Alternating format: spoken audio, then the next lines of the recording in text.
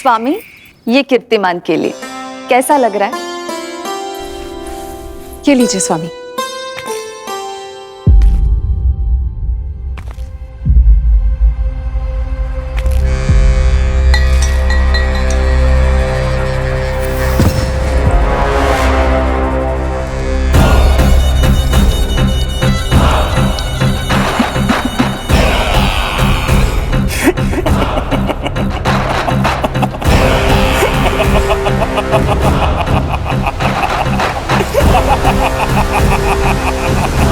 नेत्रों के सामने अपनी संतान की हत्या होते हुए देखना कितना पीड़ादायक रहा होगा ये दृश्य।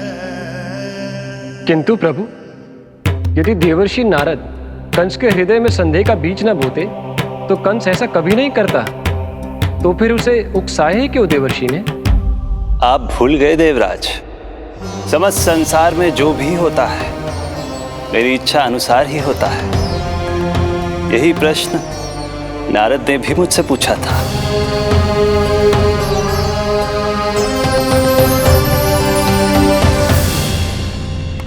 नारायण नारायण।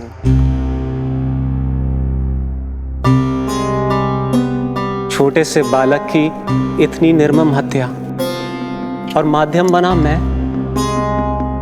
प्रभु, ये कैसी लीला है आपकी?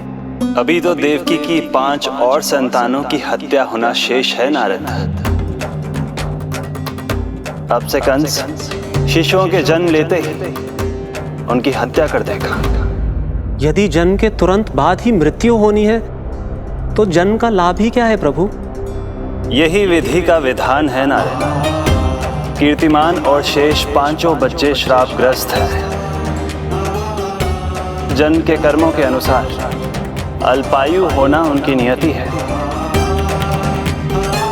उनकी मृत्यु के बाद ही शेषनाग के अंश के रूप में बलराम और मेरे अंश के रूप में श्री कृष्ण का अवतार संभव होगा।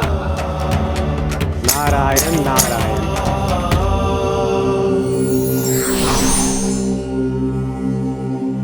देवकी के पुत्र एक के बाद एक जन्म लेते रहे और उनकी हत्या कर कंस अपने पापों की संख्या में वृद्धि करता रहा।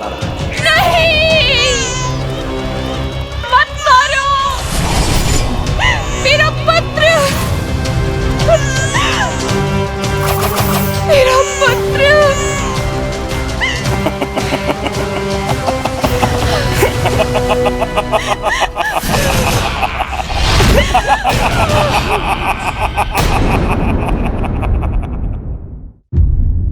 अब उसकी क्रूरता की कथा ऐसे मोड़ पर आ पहुंची जहां से वापसी असंभव है, क्योंकि अभी अभी उसने देवकी के छठे पुत्र का वध कर दिया है। हे प्रभु, कितना दुर्दांत है ये कंस। किंतु एक ही जन्म में एक साथ 2 माताओं का पुत्र बनने में उसने आपकी सहायता कैसे की प्रभु? उसके भय ने उससे ये कार्य सहज ही करवा दिया देवराज।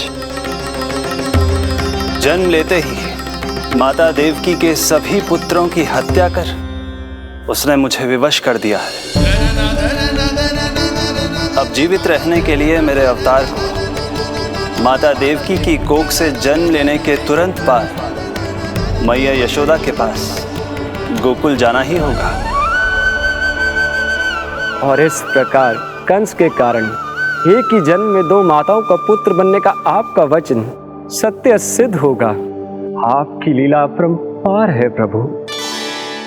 आप सब अब निश्चिंत होकर जाइए। मेरे अवतार के जन्म होने की घड़ी अब निकट ही है। हम धन्य हुए प्रभु। हम धन्य हुए प्रभु।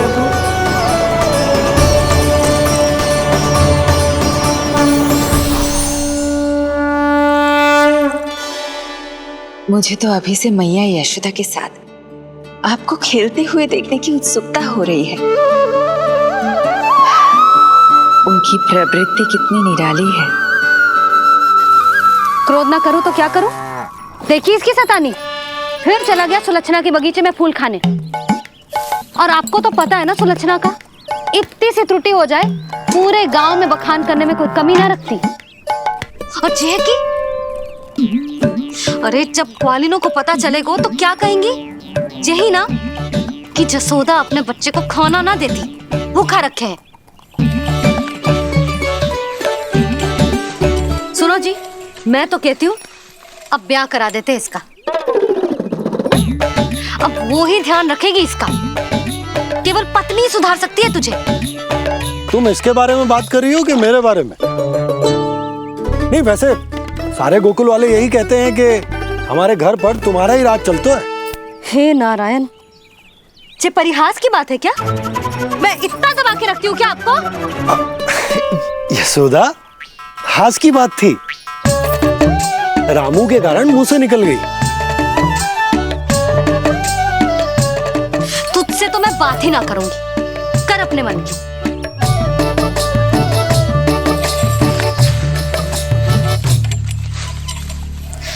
पता है तुझे मुझे कितना क्रोध आता है जब तू ऐसे बिना बताए घर से चला जाता है। प्रेम है जे मेरा, चिंता है मेरी। तुझे कुछ हो जाए तो अपना लल्ला माना है तुझे।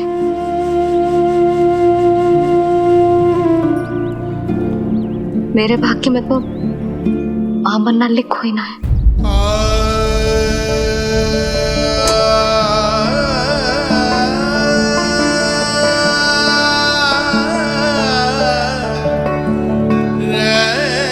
यशोदा,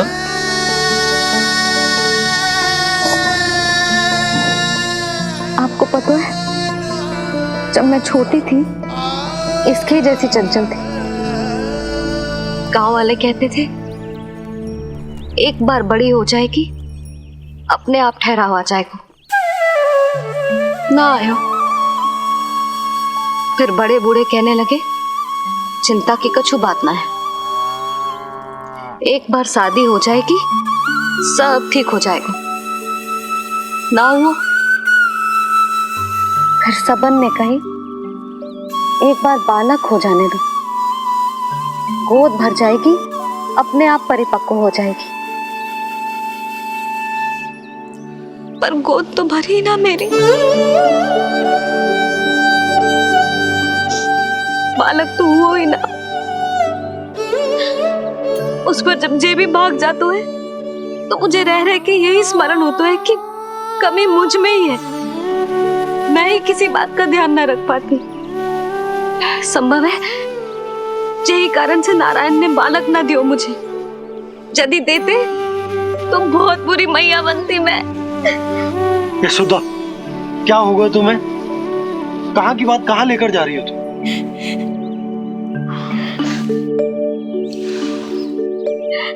बालक अवश्य होगा हमें, और बहुत अच्छी मैया बनोगी तुम। बस नारायण सही समय की प्रतीक्षा कर रहे हैं। मेरी तो ना सुन रहे बे। आप ही कह दियो उनसे, अब और प्रतीक्षा ना होगी मुझसे।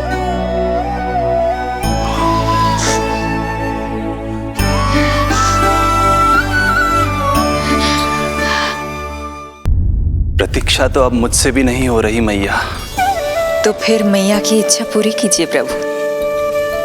जिस क्षण की प्रतीक्षा मुझे इतने वर्षों से थी, बस अब वो निकट है।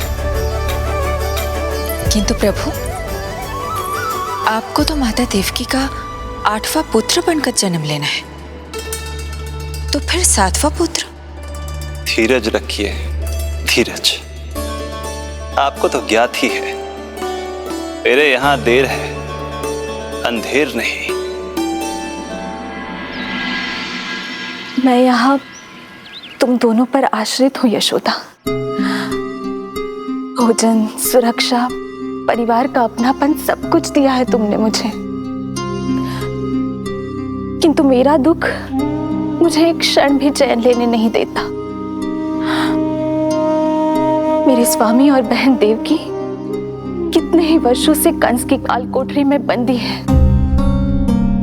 दिन रात नियति के शाप को सहन करने के अतिरिक्त और कोई उपाय नहीं है उनके पास। में मैं सुख की सांस कैसे लूं? कीर्तिमान की हत्या के बाद मेरी सुरक्षा के लिए मेरे स्वामी ने मुझे यहाँ भिजवा दिया, चुपचाप। किंतु मेरा हृदय तो वही छूट गया यशोदा।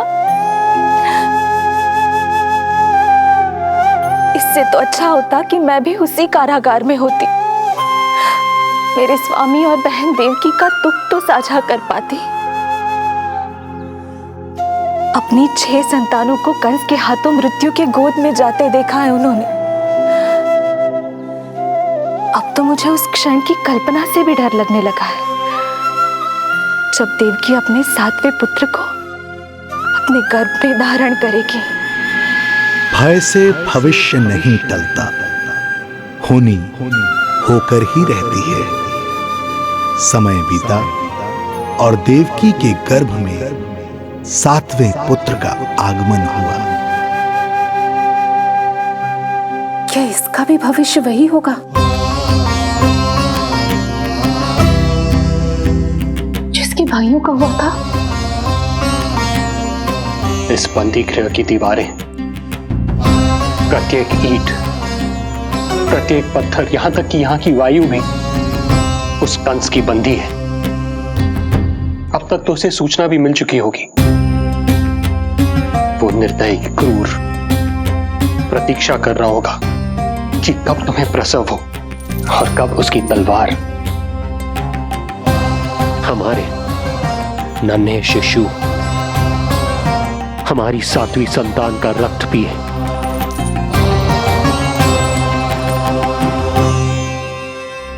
दुर्जन, तुम देवकी की काल कोठरी के बाहर स्वयं उपस्थित रहोगे, प्रत्येक पल 8वां प्रहर। जैसे ही शिशु पहली श्वास ले, तुम मुझे सूचित करोगे। अवश्य महाराज, आज्ञा दें।